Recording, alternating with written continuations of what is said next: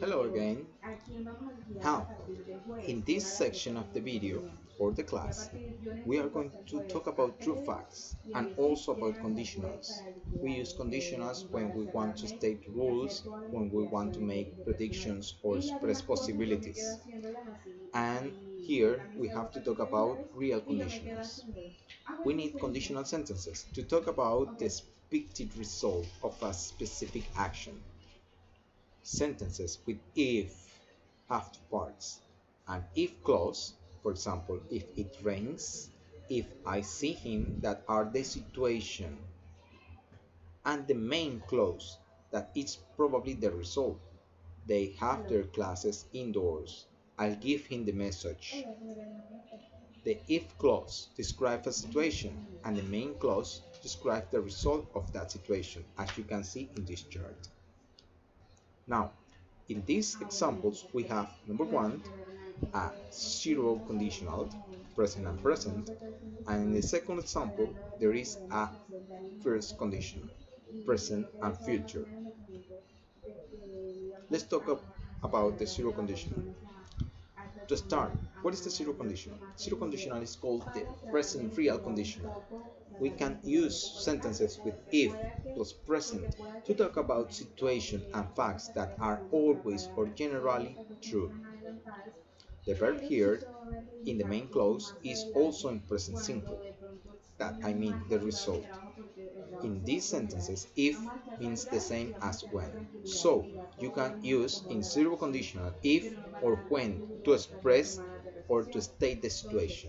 I can say if I run a lot or when I run a lot and it's possible. But remember, only in zero conditional. Now, remember the if clause states the situation and the main clause shows the result. Look at the examples. If I run a lot, I feel tired. If I don't run a lot, I don't feel tired. If you don't run a lot, how do you feel? You can express these conditionals in affirmative, negative, or interrogative, but affirmative and negative are the most common ways. Now remember, if present simple plus present simple. Now the order is not always the same.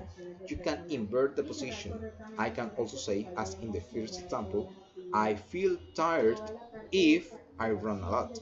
I feel tired if I run a lot. But in this case, when you have the if in the middle, you don't need a comma. Okay? Let's remember or let's watch some rules or uses about the zero conditional. Number one, you can use zero conditional to talk about your routines. When I cook, I use olive oil. When I cook, I use olive oil. Or when I cook, food is delicious. When I cook, food is delicious. I know how to cook. I love cooking. So it's something not natural, normal. It's a routine for me.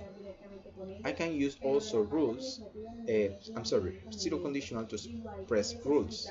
For example, if you take your cell phone into class, it must be turned off or in silence.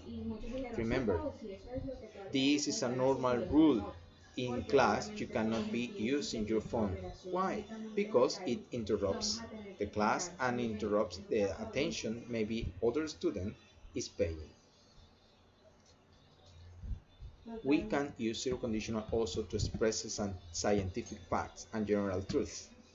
For example, when you combine oil and water, they do not mix. When you combine or if you combine oil and water, they don't mix. It's a general truth.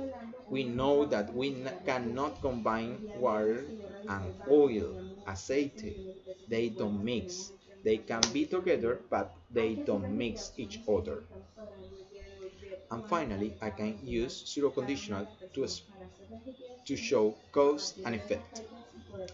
The computer turns off when you disconnect the battery, or When you disconnect the battery, comma, the computer turns off.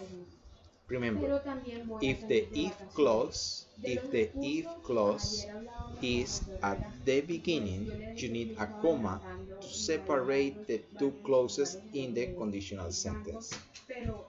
Okay? Thank you. Now,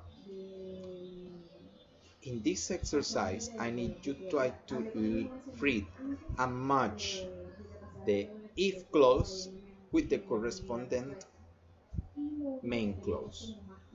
For example, number one, if I visit a new city, if I visit a new city, the answer is C. I always take a guidebook and a map. I always take a guidebook and a map. Read all of the sentences and try to match the pairs. Okay? See you in a moment.